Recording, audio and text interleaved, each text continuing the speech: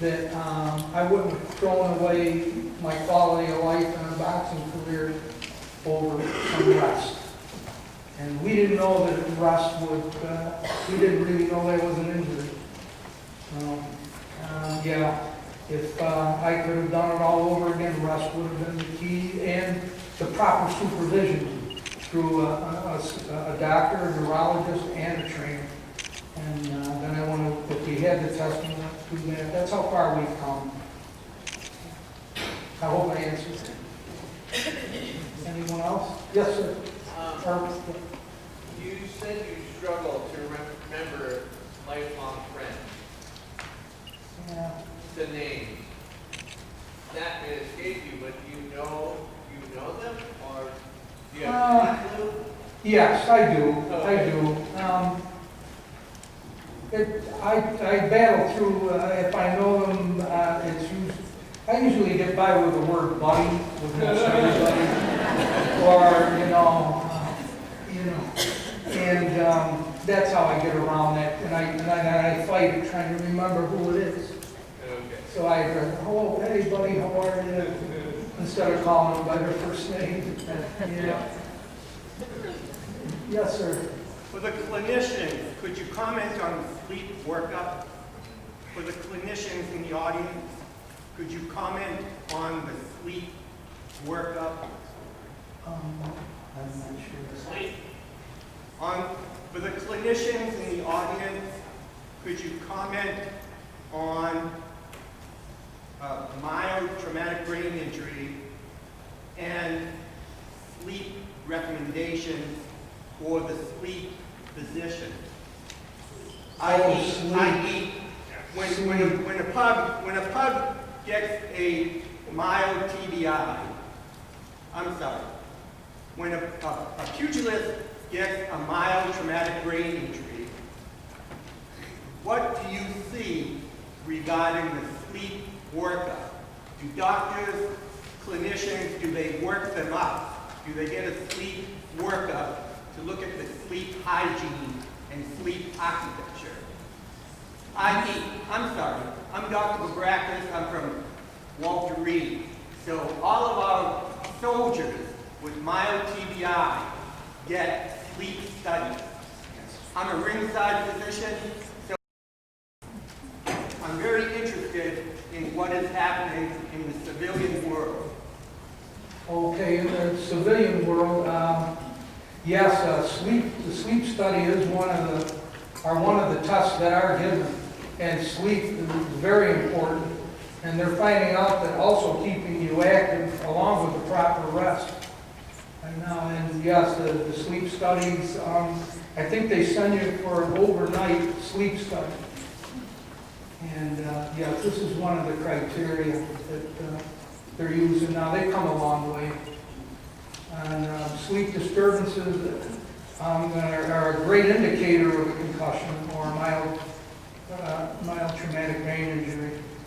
So, Chair, did you get a sleep study? No. I did later on, yes. But the horse was already out of the barn. Yeah. And it would have been very helpful back then, but we just didn't have it. Are you on the boxing commission? Well, the regs have changed too. So Yes. I was a USAABS physician, ringside physician. Yeah. So compared to football, if I'm watching two fighters in the ring and somebody gets dinged, fight is off and no contact for 30 days. So these are the regs with USAABS. But that's new from the 90s. Yes, 30 days, a lot of commissions have gone to 90 now. Well, And it's a great move, because that rest is so important. 90 for the knockdown. Or severe beating now. If the referee feels, in the case of myself, as being very durable, where the knockdown, even sometimes it's harder to get, he thinks you've taken some punishment. At least in New York State now, with Dr. Jordan, they have a report for each fight, and if they think you took a little bit too much, suspension, sit down and rest that. Great precaution.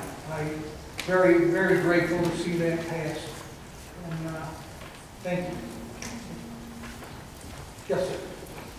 Your story reminds me a little bit about somewhat well-known New York, you got to make a tough decision with life. I was pretty, Joe, Macy. oh, Joe Macy, baby Joe Macy, absolutely. It's a great story there. He had a bleeding hematoma. Right. And the New York State Boxing Commission would not allow him to fight. That's how strict they are in New York, so he had to go through litigation and go to another state, but I think he decided that his career, he would look for another You made the career. same decision you did. I just wondered if perhaps your experience inspired you to seek what you needed or the connection with Well, I would hope it would, but he had a wonderful dad and family and support behind him. Plus, he also had the modern technology and research that, reassured him that, maybe you better rethink this one out here. He was very talented. He probably could have done the next heavyweight champion. Things happen. Was your story available to him at that time, or did your story come out? What you did, have you sort of come out and spoken post that time? Because I'm very interested in that information. Okay, yes, no, the story, to be honest with you, my story's been out there a long time, but nobody wanted the NCAA, NFL, they didn't want to give it any credence. So I don't know if Baby Joe knew about it then, but the last 6 or 7 years, they've been paying attention to the journeyman here. Because I think boxing was way ahead of the other sports. We were given EEGs that I circumvented way back in the 70s because we knew, hey, there might be a problem with all these hits to the head. And the suspension, we had a 30-day suspension back then for anyone that was stopped or, failed. So I'm hoping the other sports start implementing those suspensions now that are mandatory. Take the rest. Take the rest. Thank you. Yes, miss. In addition to rest, what else can be done after a concussion? Oh, the rest, but the most important thing that anyone can do, this is above all else, symptom-free in your own body. That's where you come in. No, a lot of tests are really, really good, but the real test is you. And if you're honest with being completely healed, you're going to be fine. But if you have just the slightest symptom, you're going to cheat, and I guess I'm the example of cheating. Not a good gamble. Not a good gamble. Thank you. Yes, miss. When you talk about other sports, one of the really popular sports now is, young people especially, most high schools, mixed martial arts. Do they have the same kinds of stipulations around injuries and things like that in that sport? Because that seems to be where wrestlers and boxers are turning to when they become adults. Yes. Well, MMA is very good at watching what they do. And everybody learned through boxing. So I guess we were the pioneers. And MMA, I endorse playing all sports. I would never want to keep an athlete from playing anything they want, but there's one key to the whole thing. Play anything you want to play as hard as you can. But if you get your bell wrong, have it addressed properly, and make sure that it's thoroughly healed before you come back. You'll come back another day. And all sports are great. Thank you. Yes? I'm just wondering whether, as you're talking to high school students, university students, there's a lot of focus on return to play, and now we're just turning our attention to the returning to learn, because I think a lot of schools have their kids sit out in athletics, but then they don't, have them come back and they're on the computers and they're studying too hard. I wonder what kind of focus you place on that when you're talking to the students. Okay, very good question. I tailor my speeches to the level of the audience. When I talk to the young youth level, I keep it to about 12 minutes. And you know, keep it simmered down. The last thing I want to do is scare anybody. Okay, and then high school gets another level. College, we get a little tougher. Then pros, that's another story. But return to the classroom, is through my story, you could see how important that would have been to me. But my teachers didn't understand, and not any fault of their own. We just didn't know, and I was accused of a lot of things. And, you know, not working hard enough, giving up. They claimed I thought I was a big shot now and didn't need school. Just very confused. But the return to the classroom, to me, is just as important, if not more important, than the return to athletics and the concept that how many people are going to make a living from a sport that you're going to need that after for school. So that's very important to gradually get back in the classroom, because I can remember being a high honor student. I could go in, I didn't even need the book. I could listen in class, I would remember that, and boy, everything came natural to me. After that second concussion, I would read one page and be exhausted, and then not remember what I read. So it's so important to gradually get them. They're going to be tired, and you don't want to rush them back in, because then we revert back to that, you know, it's overworking them. Now you kind of go backwards instead of forwards with the rehab. So that's so important. Return to the classroom. Let's get them back in there gradually. Right back up to snuff. Yes, sir. Yeah, my question was kind of what you're talking about right now.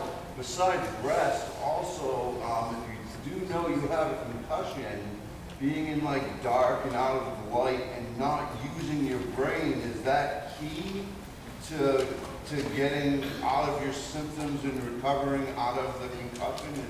Because that's what I'm going through now, is trying to not use the brain activity when I have my bad moments. Okay. Is that correct? Well, you're right there. My advice is the very first and only thing is pay strict attention to your doctor. Do everything right as he tells you to do. And that's the first best thing. And they'll know through your symptoms and what you're telling him what the best avenue is.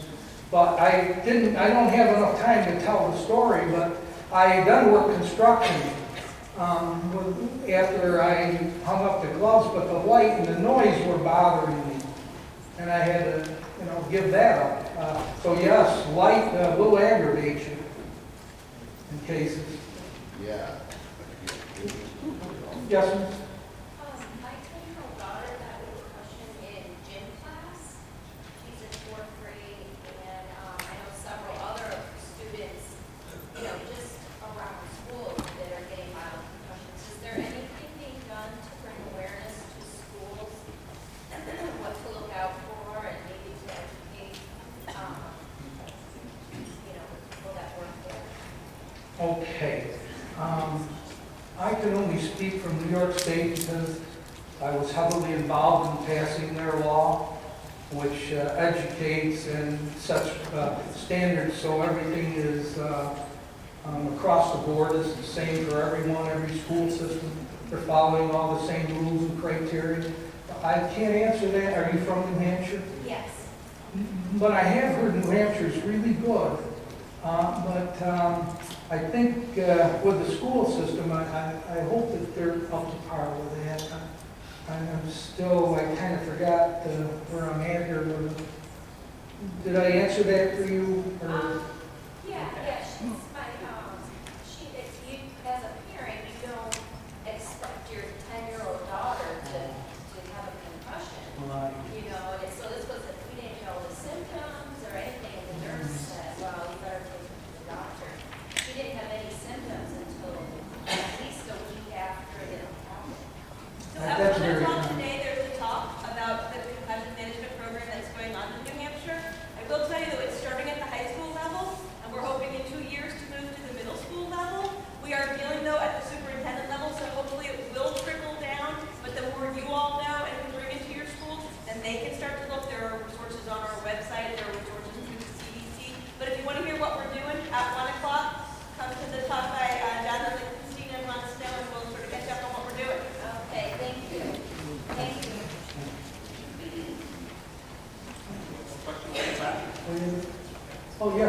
I used to work in corners, so I had a different experience, but one, do you think the professionals will ever get helmets? And two, because I've dealt with a lot of fighters after they retire, is alcohol use after the concussions, is that a problem? Okay, you asked about helmets. First of all, helmet does not prevent a concussion. Don't read into a lot of that stuff you see coming out now. Helmet will give you a false sense of security. Helmet is there to kind of lessen the blow a little, but it's there to prevent you from getting lacerations. And until they can devise equipment that'll keep your brain from moving inside your skull, then a helmet will only suffice in that manner. I firmly believe in them though, because they do lessen the severity of things. And the other question was Alcohol. alcohol. Thank you. Boy, this one really is hits home, and I hope I don't appear to be arrogant here, but I always lived a clean life. I never drank, smoked, took drugs. I ate correctly from day one, and not even marijuana. So I kind of took care of myself. And I believe that because I don't drink and things of that nature, it's helped me to stop or to at least slow down the progressive dementia. Because alcohol kills brain cells. And you're right, and alcohol leads to other things, especially with depression. How can you battle depression that comes with the dementia if you're indulging in alcohol? And I don't mean to throw anything here, but support at home is one of the biggest factors with that. And my wife Patty, she's the general, and without her, again, there's a lot of things in it, but no, alcohol, sir, great question. Alcohol and drugs, not a good mix. You would Army profile, no alcohol. Army profile. So recommendation to the command, no alcohol on every mild, moderate. We have time for one more. Any other questions? Who's a better fighter, Muhammad Ali or Rocky Balboa? Okay. Well, What you bet on? as honest, I kid about dementia. Dementia doesn't allow you to fib.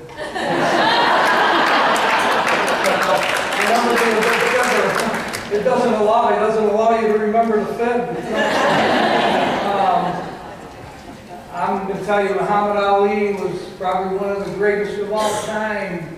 And Marciano was perfect for him because he was that walk-in type, and Ali had a lot of ability.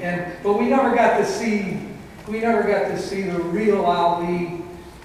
He was stripped of his title for his conscientious objector, and that was around the same time as my suspension. Only he got suspended for something different, and they took 4 years of his prime.